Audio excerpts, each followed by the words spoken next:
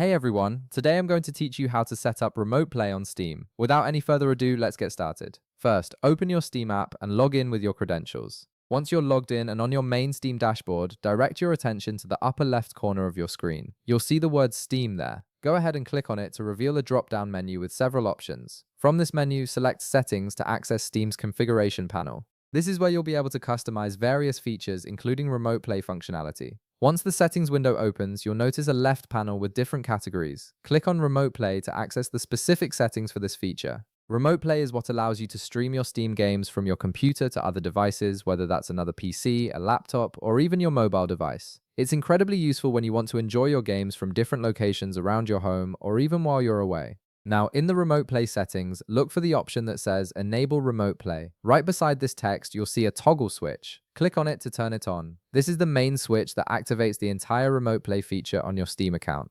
Without enabling this, none of the Remote Play functionality will work, so this step is essential for accessing your games remotely. Next, look for another option that says Enable Advanced Host Options. Just like before, you'll see a toggle switch right beside it. Go ahead and click on this toggle to turn it on as well.